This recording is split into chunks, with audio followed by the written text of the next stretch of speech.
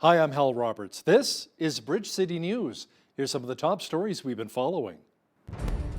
We hear from the lawyer representing the pastor of an Alberta church which had its locks changed by AHS to keep congregants out.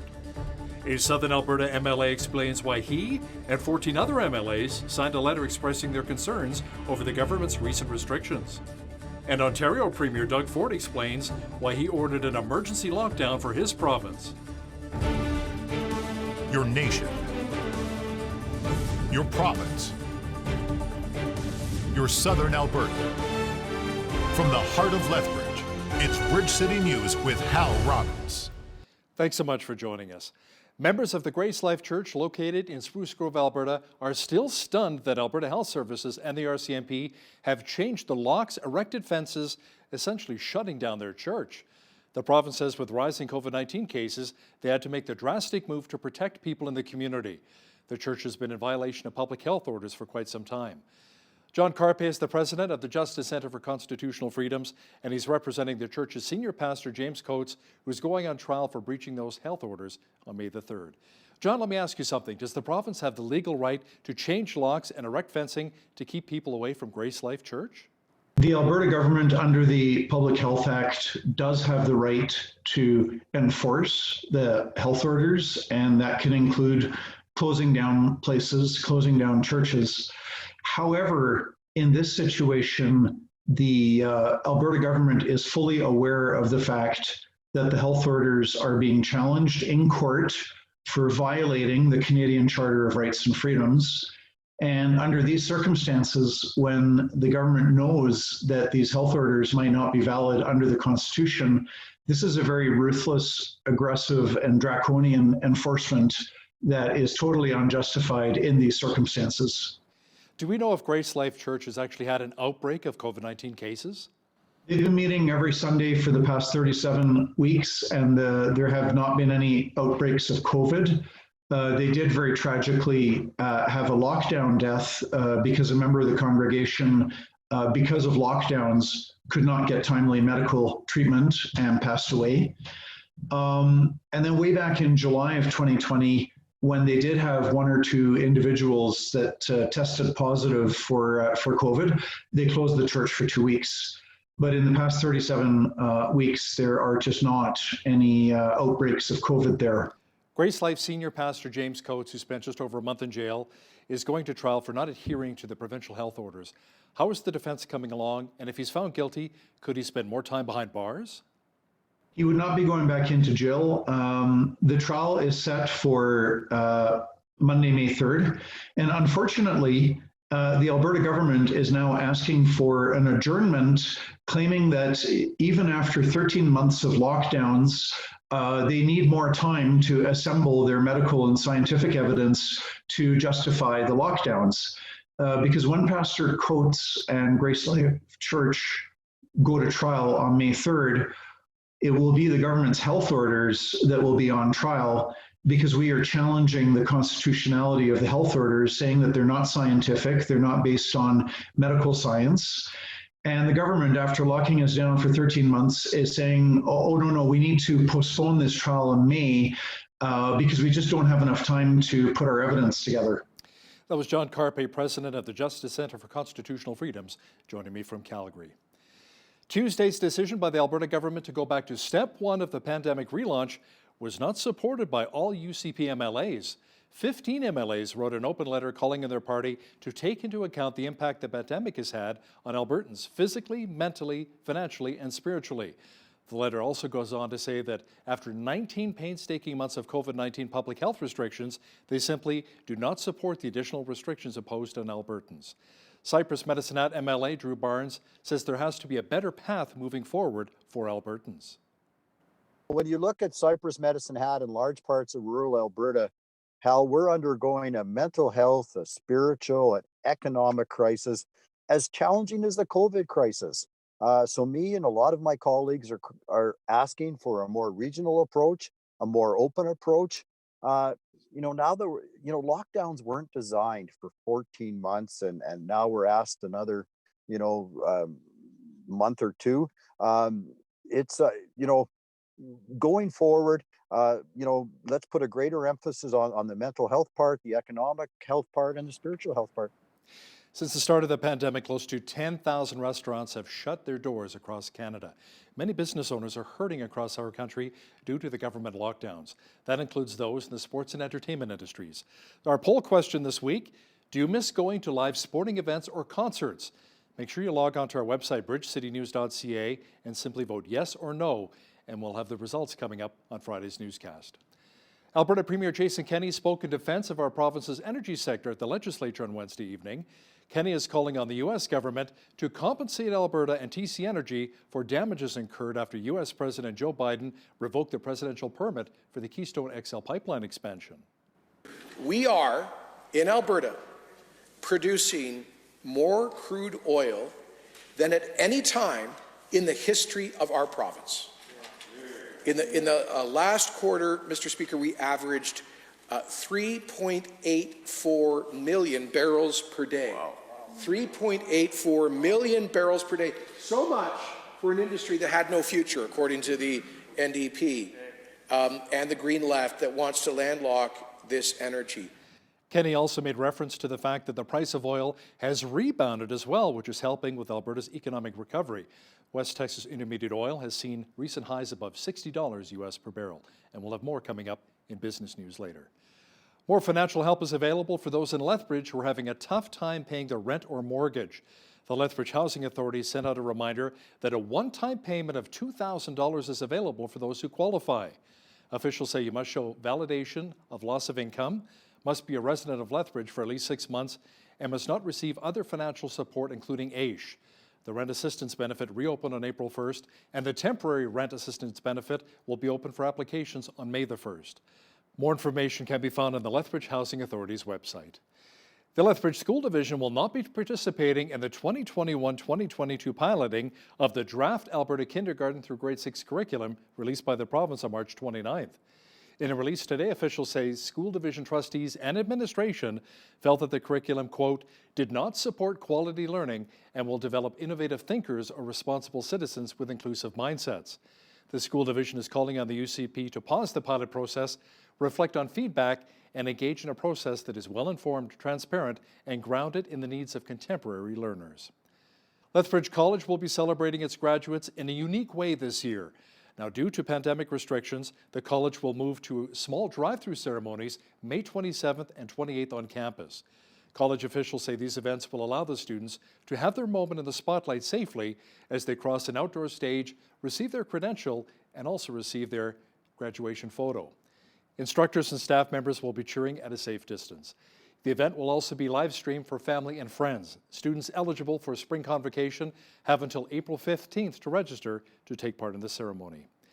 A Shakespearean Classic will be offered to residents of our city by the Lethbridge Shakespeare Performance Society. Their group of actors will be performing A Midsummer Night's Dream in a socially distanced performance outdoors. The Society's president, Kate Connolly, says the group is excited to be able to offer entertainment once again in a live environment. Our plays are for all ages. We have people there every year, from babes in arms to people in their 90s, and everyone seems to enjoy the outdoor experience in better weather than this, of course, and they gain a lot from it, I think, because Shakespeare has a lot still to teach the world. We have a little bit more funding than we did when we started out on a shoestring, so one of the differences this year is that we will have beautiful period costumes designed by our wonderful costume designer, Amanda Epp. The group recently held auditions for the play and is hoping to perform them in the early summer. On March 28th, more than 6,000 hectares or 15,000 acres of land burned in a wildfire that scorched the Blood Reserve here in southern Alberta. BCN's Loris Alexander has the story of one of the 15 families affected by the tragedy. A grandmother and her 8-year-old granddaughter escaped the Blood Tribe wildfire on March 28th with pretty much just the clothes on their back and maybe one other thing. The thing I thought of grabbing was my Bible. It's a great big Bible, but I have all my, like my kids' records in there, birth certificates and their baptism, communion, their marriages and stuff.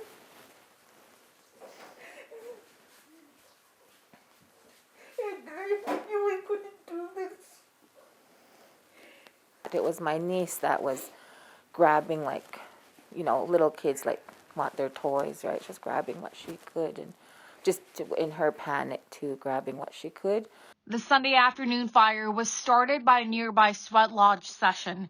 Crosschild, who is Brave Rock's daughter, says the church community was unfairly dismissed, even though they do not sweat. It's sad because I feel like everyone out here didn't get that fair chance with the media, because right away there was the backlash from, you know, other people that were saying, well, yeah, about having the sweat again, and because there was a fire from a sweat in the past. So like there was just a lot of backlash. And I feel like it's not fair to these guys here, to my family, because they're not even a part of that. They don't sweat. They go to church. They have their own church here.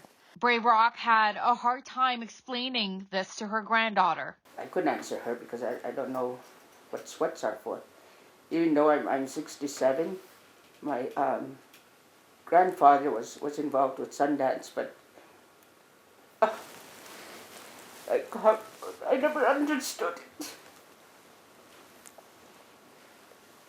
Like I didn't grow up with, you know, like knowing sweats, and like I don't understand. Crosschild and her mother have expressed an abundance of gratitude for the people that have stepped up to help in any way they can. Their houses were lost, so their house or nobody's lives were lost as well. So we're just thankful for that, and you know, grateful. But now it's the rebuilding of, you know, the community and getting what they lost back. Like Foreign has a lot of losses too over there, and I'm sure he wants to rebuild what he can. My mom wants, you know, her shed back. So a GoFundMe page has been set up for anyone wishing to help the community heal from the flames that have engulfed a big part of their lives. For Bridge City News, I'm Loris Alexander. The City of Medicine Hat pulled the plug on a $13 million concentrated solar power facility back in 2019 after operating it for around 5 years. Now, officials say the small and unreliable contribution to the community's power needs do not justify the cost of the project. Well, fast forward a couple of years. The Enbridge Alberta Solar One project started construction last fall, and now the facility near Burdett, Alberta, is fully operational. The 10.5 megawatt solar facility came at a cost of around $20 million and will bring energy to thousands of homes. Micah Quinn has the details. The facility will supply a small section of the pipeline's crude oil and liquids power needs, and the project is the first solar self-power facility for Enbridge and the company's first self-power initiative in Canada. So the energy that's generated from the solar farm will be used to power our main pipeline operations and with renewable clean energy. The project was a joint effort by Enbridge and the company Morgan Solar, and it's part of a bigger goal for Enbridge to generate net zero emissions by the year 2050. There's many pathways that we'll be taking to achieve this goal. We've got investments in renewable natural gas, in hydrogen, and renewables. The equivalent of 3,000 homes full of energy will be supplied through the facility, which will reduce 12,000 tons of carbon each year. Andre says that the facility's location near Burdett was chosen because southern Alberta has one of the best solar power resources in Canada. There's also a deregulated market, which makes investments like these possible, and lands that are suitable for solar development and access to transmission as well. Another interesting initiative for the project is the addition of Simba X technology. Simba X, it's an optical film that is layered onto the solar panel during manufacturing. And what it does is it concentrates the light, so it boosts the production more than a standard solar panel would. Every year in the spring, 50 sheep will be brought in to help with grass growth at the facility. For Bridge City News, I'm Micah Quinn. Lethbridge Police, along with Alberta Sheriffs, teamed up to close down another drug house in our city. This one was located at 1326 Henderson Lake Boulevard South. The order bans anyone from the property for 90 days and places conditions on the house until July 7th of 2022. That includes boarding up the home, changing the locks, and erecting a fence around the property. The order will also terminate all tenancy agreements related to the property. Since 2008, Alberta's Scan Unit has investigated more than 5,800 problem properties and issued more than 90 community safe orders. The Alberta RCMP are warning about scammers who have been hanging around gas stations and grocery store parking lots in Brooks, Calgary, Okotoks, and Airdrie. Police say the scammers approach you requesting money for gas or food in exchange for jewelry. Now, the goods sold to victims are later discovered to be of lower quality or even fake. Victims are also reporting cases of distraction theft, whereby the thieves make physical contact through a handshake or hug while performing the classic pickpocket routine. RCMPs say if you've been the victim of any of these scams, to contact your local law enforcement right away. It appears as though scammers are having a heyday right now when it comes to targeting people during the pandemic. Scammers are also targeting so many people at home during the lockdowns. Ron Raymond is with the Better Business Bureau here in Southern Alberta. He has some advice on how to deal with these fraudsters. We tell people, even as much as you want to talk to this person to say, please leave me alone, it just leaves that door open for that scammer to continue phoning and try and get the information or the money they want from you. So we encourage you to stop. Just let them leave the voice message, let them phone. Eventually they will move on. Ron will also discuss what some of the biggest scams are right now and how you can best protect yourself. That's coming up after business news. Alberta's COVID-19 case counts continue to rise. The province reported just over 1,300 new cases on Wednesday, which is the largest increase since December 18th. Now, the total number of active cases is close to 11,500. There are now 865 here in the South Zone, including 499 in Lethbridge and now 50 in Medicine Hat. Across the province, variants continue to drive the recent growth, with Alberta reporting 575 more cases. Variants of concern now make up around 43% of those active cases. The Mayor of Whistler, British Columbia, is lobbying the province to vaccinate all residents in the ski resort community. Jack Crompton says the town of 13,000 needs to be protected after hundreds of COVID-19 cases forced the provincial health officer to end the ski season last week. He says Whistler is one of the hardest hit communities and everyone there needs to be vaccinated. The popular Vancouver Island community of Tofino, which has also seen its fair share of cases, now has mass vaccination clinics booked beginning Monday for anyone older than 18. New government stats say around 20% of BC residents have now had at least one dose of a COVID-19 vaccine. Saskatchewan's current COVID-19 public health restrictions will remain in effect until April the 26th. The province says that includes stricter measures put in place for Regina on March 23rd, including private indoor gatherings, restaurants, and worship services capped at 30 people. The Regina region has been a hotspot in recent weeks and has recorded just over 8,500 cases since the start of the pandemic. The government says everyone 30 or older in the province could be vaccinated by May 10th if it sticks to its current age-based vaccine strategy. Manitoba Premier Brian Pallister says his government's new budget balances COVID-19's recovery with tax relief. The budget, which was tabled on Wednesday, includes the first step in a plan to phase out education taxes on property and eliminates the PST from spa and salon services starting in December. The tax, however, will be added to digital streaming services such as Netflix and other sites like Airbnb as of December 1st. The province says the new budget has two clear goals. First, protect Manitobans through COVID-19, and second, advance Manitoba's economy past COVID-19. Protecting our people, advancing our province. That's what Budget 2021 is all about. We'll invest more in healthcare and COVID-19 supports with a clear focus on mental health supports, childcare access, reducing wait times, and providing healthcare closer to home. We'll invest more in jobs with new actions to grow our economy, boost skills, and attract newcomers to our province. Opposition parties say the tax cuts are coming at the expense of supporting healthcare and education. Police say 55 officers have been injured over several nights of violence in Belfast, Northern Ireland. Officials say that bricks, fireworks, and gasoline bombs were thrown in both directions of a concrete peace wall. The barrier was originally erected to separate Protestant, British Loyalist, and Catholic Irish nationalist neighborhoods. Well, it was a lot cooler day here today in Lethbridge. We even had some snow pellets earlier, and the cooler temperatures will remain tonight, and even the potential of more moisture.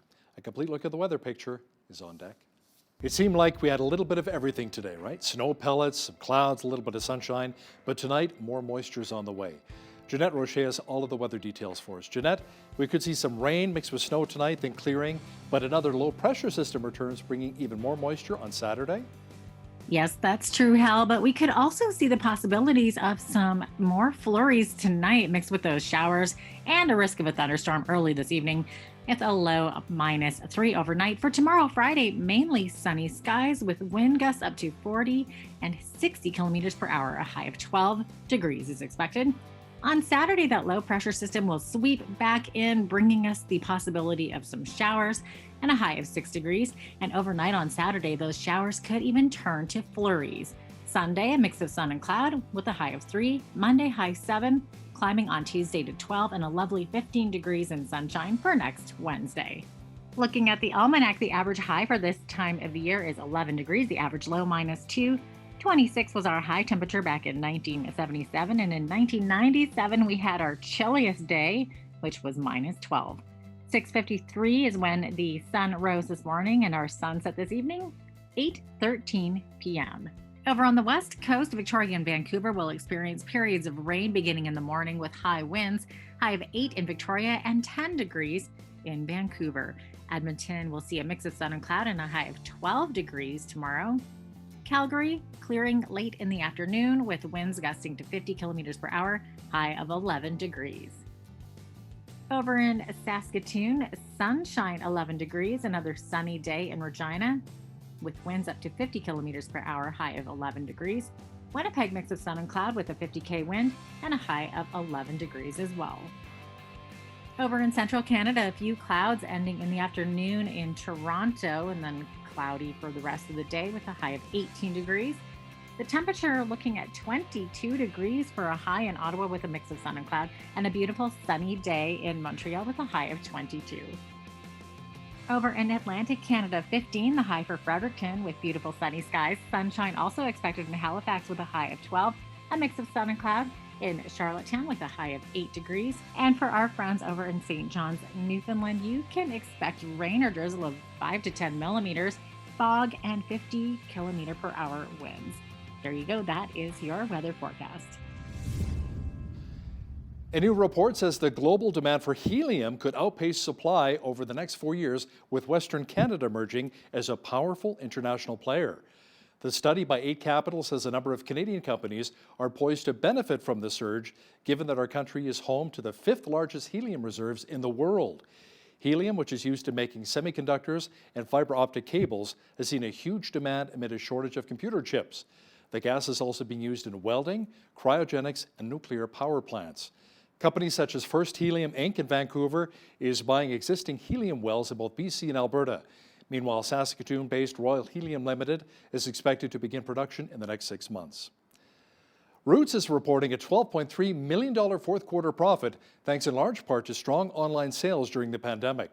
The outdoor lifestyle retailer has recorded a 60% increase in e-commerce sales in the quarter, ending on January the 30th. Overall sales, however, slipped to $99.4 million. Now that is down from $127.5 million a year earlier, when many of its stores remained fully open. On an adjusted basis, Roots earned $16.3 million, which is up $13.3 million from a year earlier. Freedom Mobile and its parent Shaw Communications will not take part in a wireless spectrum auction deemed crucial for the development of 5G networks. Their absence reinforces concerns about competition in Canada's telecommunications industry. As a result of Shaw's Freedom opting out, the remaining 24 bidders, including Rogers, Bell, and TELUS, will face less competition for licenses in the short term. In the longer term, the big three may also face less competition because of a lack of a strong carrier in BC, Alberta, and Ontario, where Freedom had close to 2 million subscribers.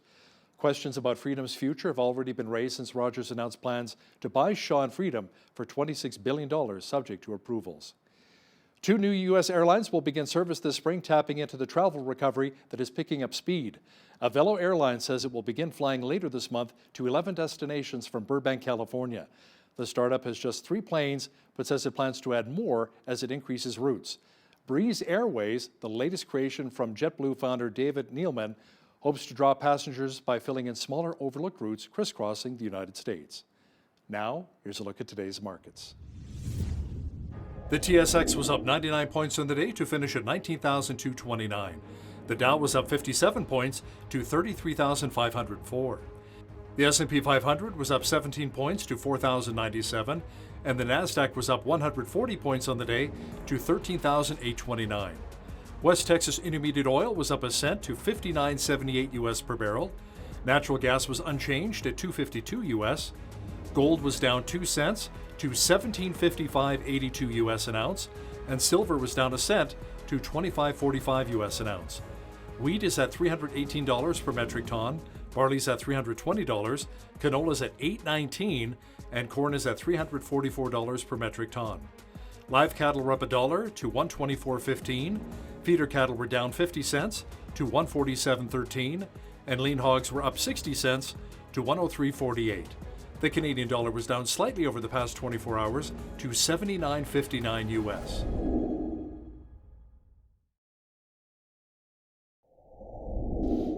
Recapping one of our top stories this hour, more financial help is available for those in Lethbridge who are having a tough time paying their rent or mortgage. The Lethbridge Housing Authority sent out a reminder that a one-time payment of $2,000 is available for those who qualify. Officials say you must show validation of a loss of income, must be a resident of Lethbridge for at least 6 months, and must not receive other financial support, such as AISH. There are Christians in Russia who are very concerned about Christians here in North America and are praying for us. Michael Johnson, the president of the Slavic Gospel Association in the United States, will explain why in just a moment. The COVID pandemic has been such a downer for most people, yet there are some silver linings in that cloud.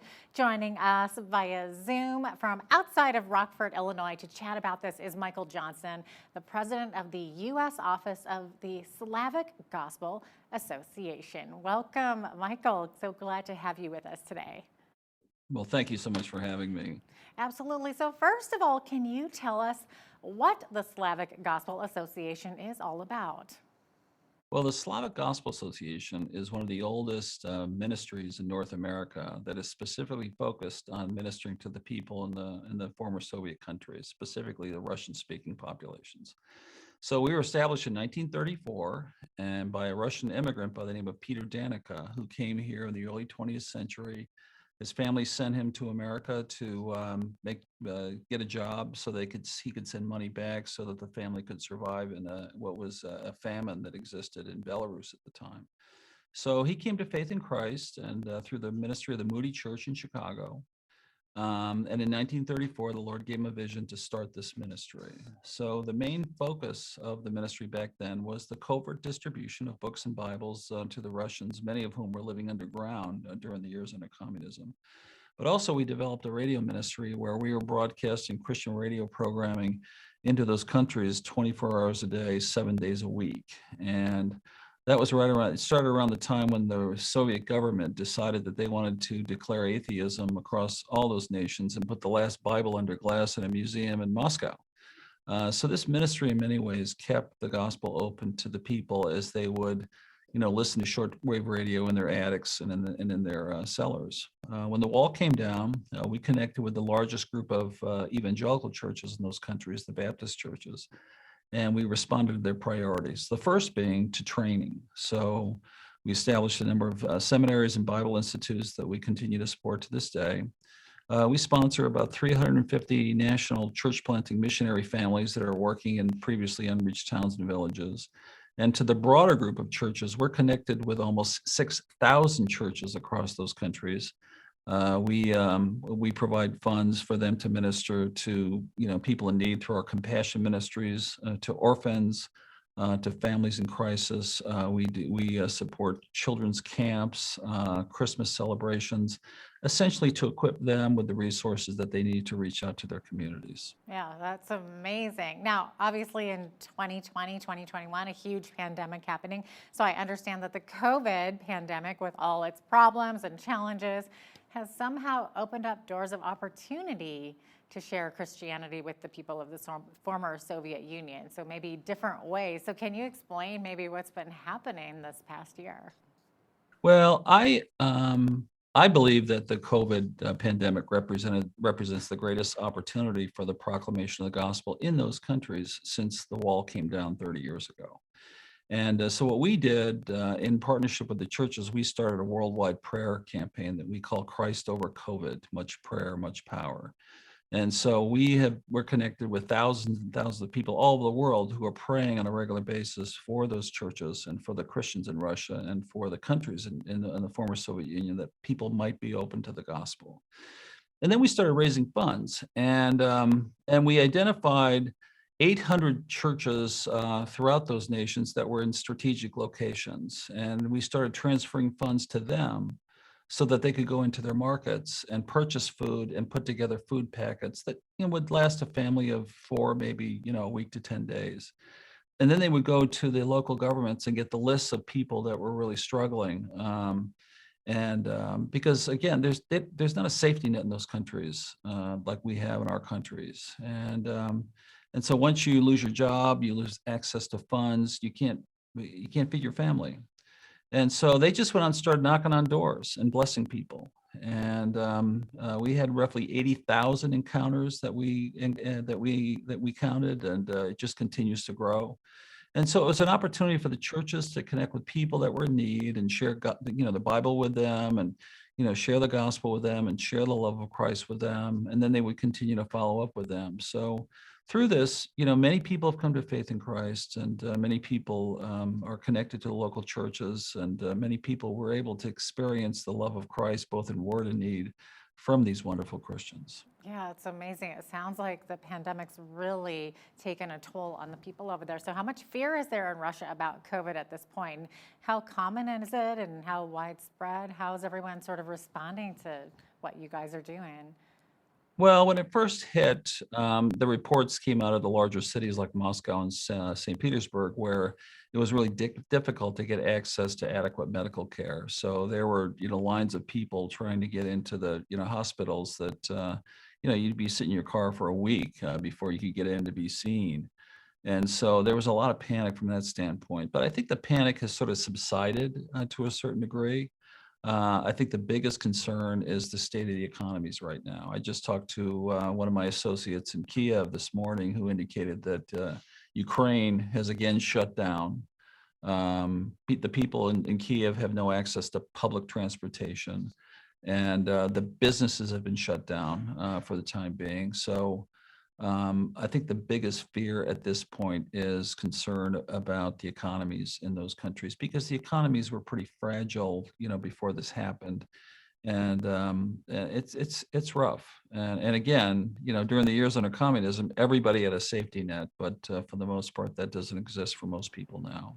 Yeah, it's so scary, isn't it? I can just imagine, especially in those Yes, it areas, is. like you were saying. So, I mean, there's many different ways to plant seeds of truth in people's lives. So, what are the primary methods of these Russian Christians? What are they using amid the health pandemic? Well, again, I think we started out with our campaign, our Christ Over COVID campaign, and we're able to make a number of connections with people that were in need, and we're able to meet those needs. And there was just a tremendous amount of follow-up that took place. But that kind of feeds into our other ministries. So this year, we're raising funds to send roughly 50,000 children to children's camps throughout those countries. Last year, we did roughly 40,000, or the year before, we did roughly 40,000. We have a program called Emmanuel's Child, which is a Christmas celebration, and we equip the churches with Christmas gifts and other resources, where the families are invited to these local churches where they celebrate Christmas and they hear the gospel.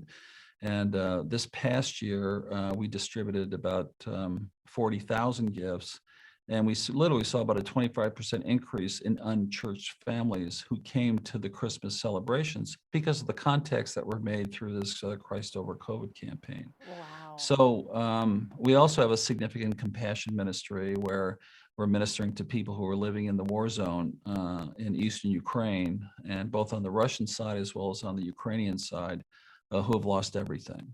So there's many different touch points, and there's many different opportunities. But for us, they're doing the work. through our supporters and our partners, we're providing them with resources so that they can do so much more.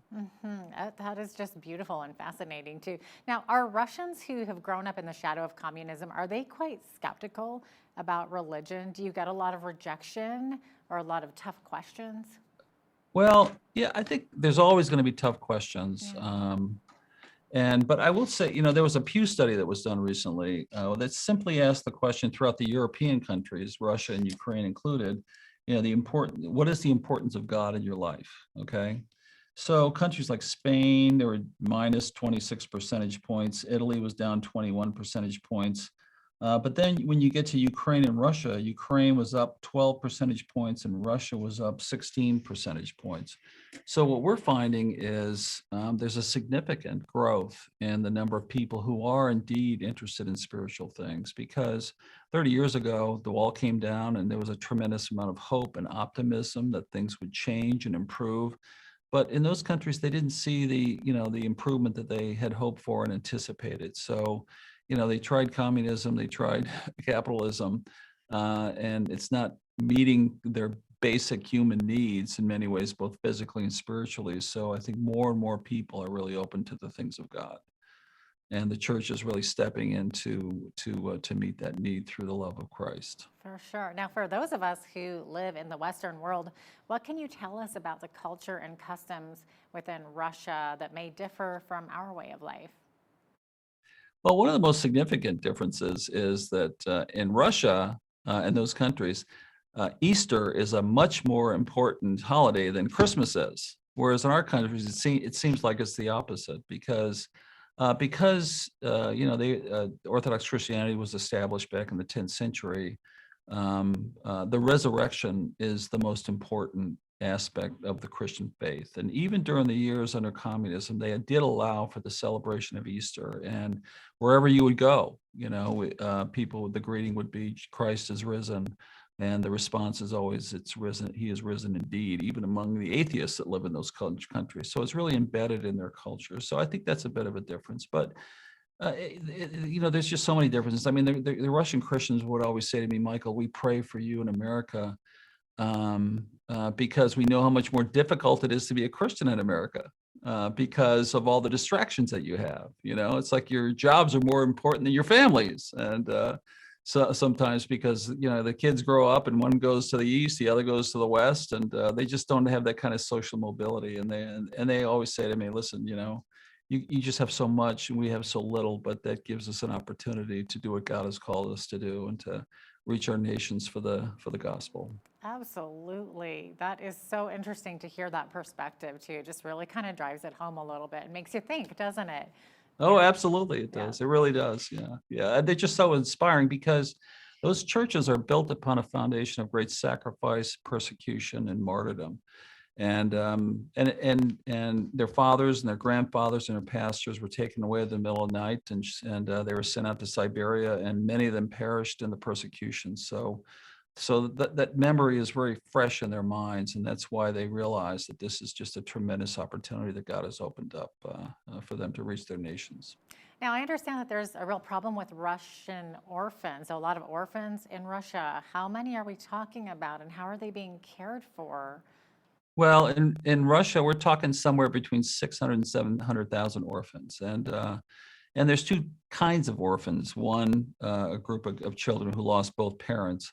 But then there are the social orphans whose either one or the other parents are still alive, but they've been taken away from their families due to dysfunction related to violence in the home or alcoholism or drug addiction. So they're put in these children's homes and orphanages, and basically they're put in the homes and they're raised in the homes, and on their 18th birthday they are kind of age out and forced back out in the streets. And many of them end up in a life of crime and prostitution and drug addiction and drug and criminal activity, because the Russian mafia tends to come in and groom them and recruit them.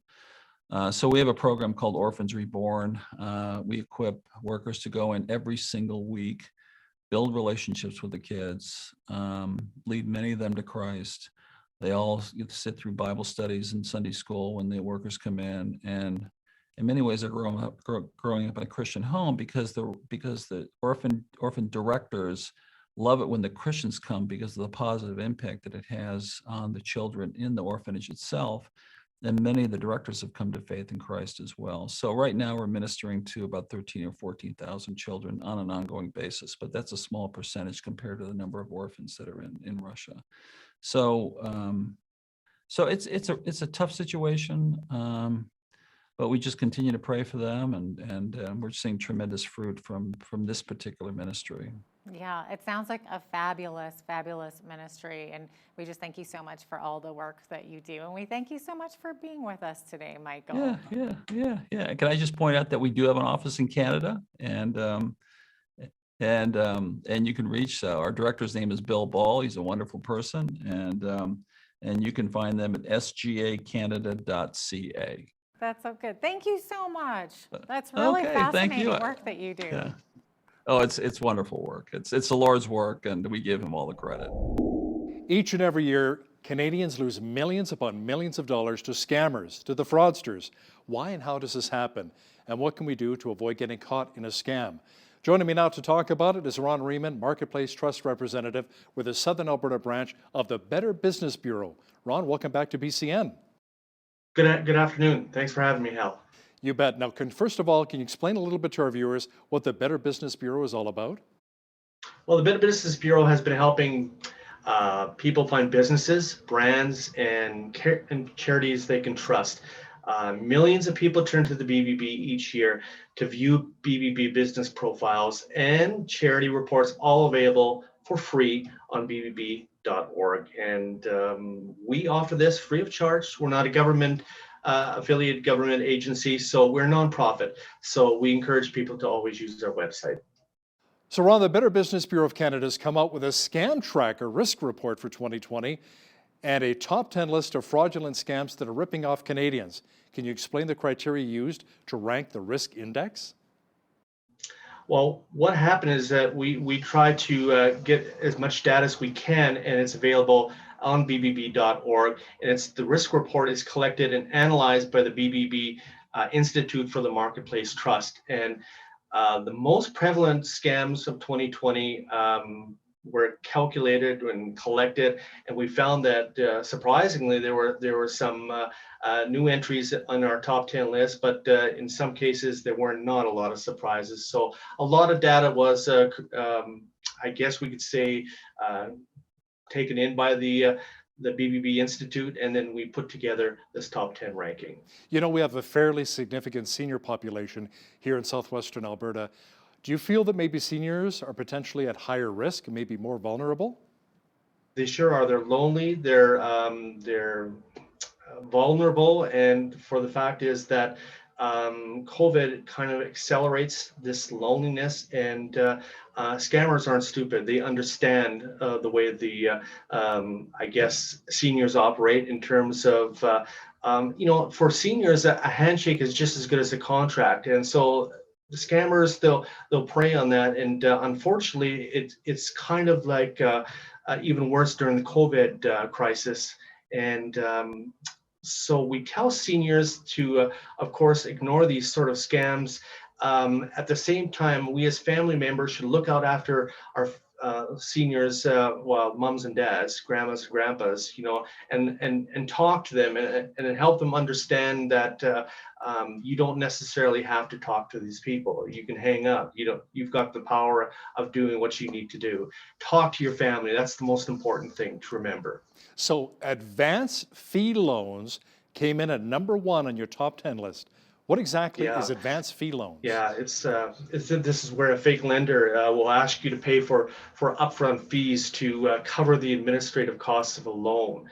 And of course, these are scams, and we encourage you to contact us or the police about if that sort of thing happens. And it's quite prevalent not only in this part of the country but all across Canada too. So, and I found that quite surprising. I knew the advanced fee loans would be in the top 10, but I didn't think it'd be number 1 this year, to be quite honest. So, where are a lot of these scammers originating from? Are they in Canada, the United States, different countries around the world? Because sometimes I know when they reach out to me, even some of the phone calls, the weird accents, the bizarre accents that they have a lot of times, and their grammar isn't the greatest, their English isn't very strong. You know, I'm wondering where a lot of these scammers and fraudsters live. It's a very good question, and we do get that question quite a lot. At the office, I do get some of those phone calls, and they'll ask me, and quite honestly, I couldn't tell them because the fact is they could be anywhere. It's quite prevalent in Quebec for our country, anyways. Some of the hotspots around the world include China, Russia, India, and even the United States. So, and it's unfortunate we have to tell the consumers that do ask us, can you find out where this person is? I have their telephone number, but a lot of times they buy or they probably use multiple phone numbers. So phoning these numbers only kind of funnels into a call center. So it's really, really hard to kind of narrow down an IP address, let alone a phone number. You know, it's interesting too, you see a lot of these CRA scams saying the cops are going to come get you if you don't pay me in iTunes gift cards. What? How do they think that's even legit? But, you know, apparently they're making some big money at the same time when they're doing this. Or they'll say, you know, your TELUS account is overdue. Pay us now. Click on this link, even though somebody may not have a TELUS account. But I guess maybe the scammers are thinking they can be quite successful with these scams. It's a sense of urgency. We talked about this before we had this interview, and we talked about the most important thing that the scammers always rely on, because time is money to a lot of these scammers, because they have to make multiple amount of phone calls on a daily basis. And of course, there's this sense of urgency to the caller that they need the money right now, or else there will be either collections, or there will be the local officials, the police will be involved, or the CRA may freeze your account, and the list goes on and on and on. And of course, that's not how they operate. And scammers have only one goal in mind, is to get your personal information and, of course, your money. So again, it goes back to the caller and also to anybody who gets this sort of phone call. You have the power to actually hang up. And I tell consumers a lot of time when they call me, they've had 2 or 3 phone calls, and I say, because I understand the pattern sometimes of some scammers, not all, but some scammers, they'll phone 3, 4 times. Perhaps they'll leave a voice message, perhaps they won't. It depends on how urgent the other side of the phone call really is. And we tell people, even as much as you want to talk to this person to say, please leave me alone, it just leaves that door open for that scammer to continue phoning and try and get the information or the money they want from you. So we encourage you just to stop. Just let them leave the voice message, let them phone. Eventually they will move on. They won't leave you alone permanently. I've had instances where consumers will phone and say, I've had them last year, now they're phoning me again, and what can I do? Same process. And it's unfortunate and it's rude, because they'll phone you any time of day or night, and it can be frustrating. Now, Ron, here's something you say: with the scammers, time is money. They have to hook as many people as possible. So here's an idea. How about you keep them on the phone for maybe 10, 15, 20 minutes and kind of reel them in and scam them and con them a little bit, so they're not, you know, you're tying them up so they're not scamming other people. You know, play along with them for a little while. Just don't give any personal information. And some consumers have done that too. They've actually literally purposely kept them on the line, and it just annoys them even more. And you would think they would probably, you know, curb them away from phoning you again in the future, but it can work. But in some cases, they'll phone again, and perhaps maybe another person will call instead of that person, and then become even more aggressive. So it can work for you, but at the same time can also backfire too. So Ron, what should someone do if they've discovered that they have in fact been scammed? When I do get a phone call from a consumer, knowing that perhaps their personal information or their financial accounts have been compromised, the first thing I encourage them to do is to check their bank account via their smartphone, or their computer. If that's not accessible, then I encourage them to phone their bank and to let them know about perhaps if there has been illegitimate or improper spending on their account, to watch out for it. Banks are pretty good for the fact that they understand your spending patterns for the most part. If they know what your spending patterns are like for the last umpteen years or whatever the case may be, they'll understand that there'll be a red flag showing. And for the most part, they'll probably phone you.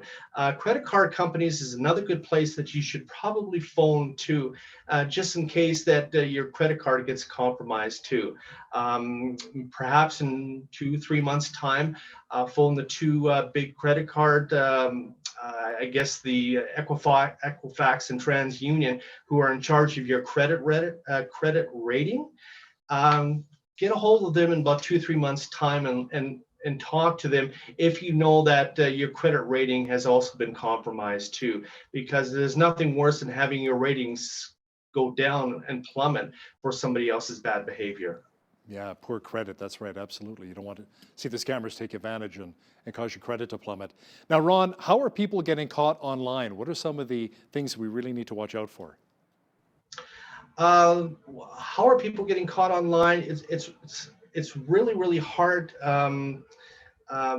It's almost that there are certain elements of it that people have to look for to avoid a scam online. Is to check the spelling. Also check perhaps that I guess the grammar could be off a bit too. Also check too if there's a physical location or not.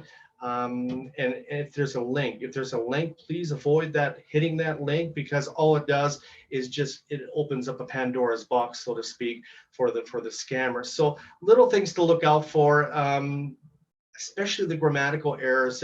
That's the one key thing to look for anyways.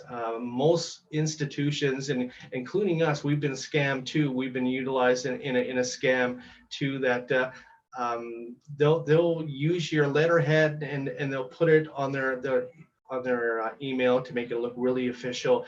But we encourage a lot of people to update their antivirus software at the same time too. Most of them, not all the time, it will go to the junk or the spam folder, but we encourage them to always keep it updated, and understand your computer that it'll always do updates for you. And if you haven't done an update, please do so. And that'll actually filter out a lot of the online problems that could may not come to your computer. So we encourage you to do that.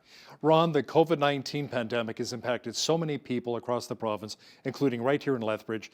So many people are desperate trying to find work.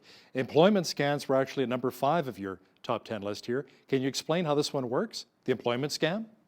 If you're looking for employment, there's job postings out there that there's fake recruiter emails, and there's work at home schemes, and these cons actually use real company names, and they can be very convincing, and it may look as though you are starting a great new career, but you're really giving personal information or money to scammers. I actually had a phone call from somebody from South Africa about a month ago, and they actually checked on a company in Calgary, an oil and gas company in Calgary, and they were going to apply for a job. It turned out that the company's website was a hoax. They actually grabbed all the information and kind of moved it around a bit and made it look really authentic. And what happened was this couple from South Africa phoned me and said, "Is this legit?" And we had to do a little bit of a search on this company and found out it was just a copycat. And basically, they just wanted some money to get the people in from South Africa to Calgary, and basically it was like kind of an upfront fee. But there was no job, there was no opening, and basically what happened was, if that couple didn't phone us, their likelihood they would have lost their money, and or they probably, if they went to Calgary, if they had the money and they didn't have any visa problems, they probably would have been out of luck. They wouldn't have had a job. So we always encourage people just to make sure to phone and do their homework, and because it should, those websites can look really good, but sometimes they may not appear what they seem to be. Do your homework on the company. Basically what I'm trying to say, I guess. Ron, any final reminder for our viewers on how to really avoid and sniff out a scam, and maybe how the Better Business Bureau can really help, be of assistance? We're always there to help. And if people want to know more information about scams or anything that come their way, we encourage them to go on our website. We have a a special place on our website called the Scam Tracker. If they feel they've been duped or they know somebody who knows of suspicious behavior of a company or something that people should be aware of, Scam Tracker on our website is a great place to go to. You can also get the updated information if you want to learn more about the current scams. We want to stay one step ahead of the scammers. It's a tough time to be in right now with this COVID pandemic, and it's only accelerating all these scams. And we encourage people to educate themselves, come to our website, or certainly phone us, and we can try our best to help you. And education is the key thing, Hal. Thanks so much for your time today, Ron. Ron Riemann is with the Southern Alberta branch of the Better Business Bureau. Thanks again. Thank you very much, Hal. On behalf of all of us here at Bridge City News, I'm Hal Roberts. God bless. Thanks for watching.